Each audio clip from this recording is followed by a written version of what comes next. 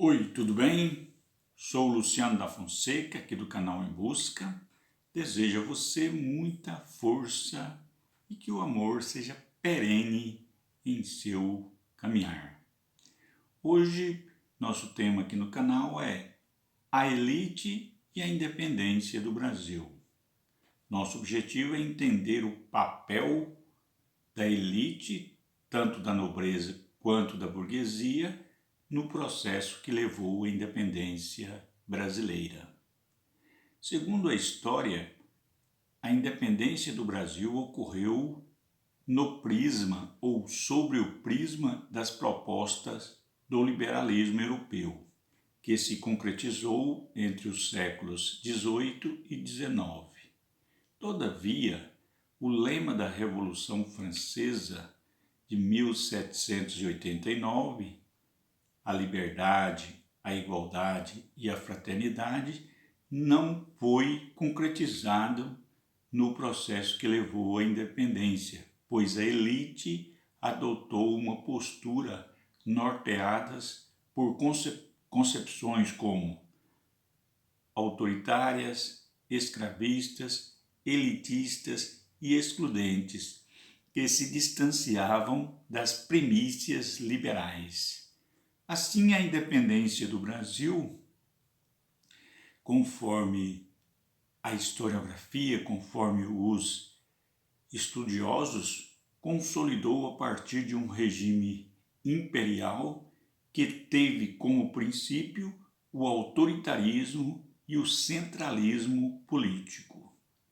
Conforme Faulo, a elite brasileira, no decorrer da independência do Brasil, assumiu o legado da Via Pombalina na concepção, na estruturação e na formação da sociedade brasileira e também do Estado brasileiro.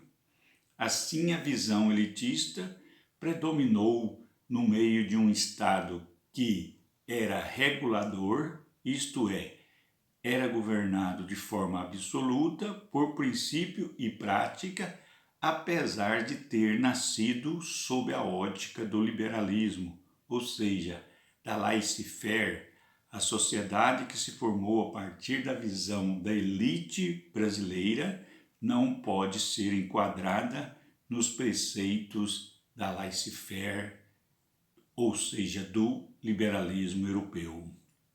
Apesar de alguns conflitos no norte e no nordeste, Dom Pedro declarou a independência totalmente apoiado pelas elites do Rio, de Minas e São Paulo, que se fizeram ouvir o chamado Grito do Ipiranga, com um apoio quase total.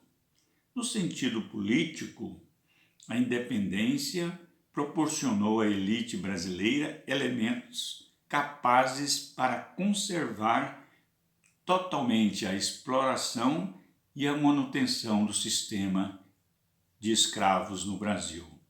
Nesse contexto, a elite brasileira, em sua formatação inicial, consolidou sob o imperialismo de Dom Pedro. Assim, encontrou aconchego e apoio para manter a economia agroexportadora, o latifúndio, a monocultura e principalmente a escravidão.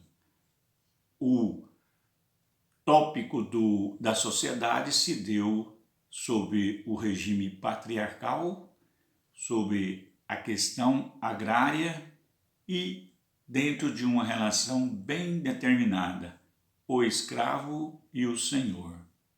A independência do Brasil foi apoiada e mantida por uma elite agrária e comercial, que apesar de se proclamar liberal, sempre vai sustentar ou sempre sustentou Dom Pedro como imperador autoritário e absolutista.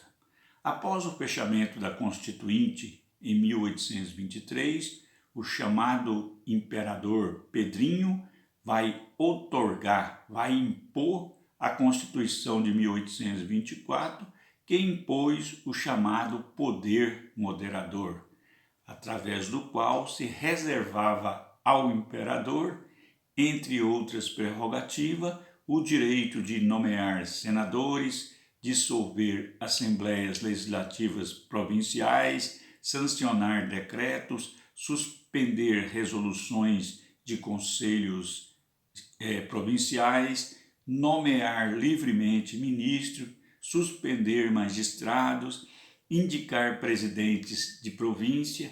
Em resumo, o Pedrinho, ou seja, o grande imperador Dom Pedro I, podia fazer o que bem quisesse.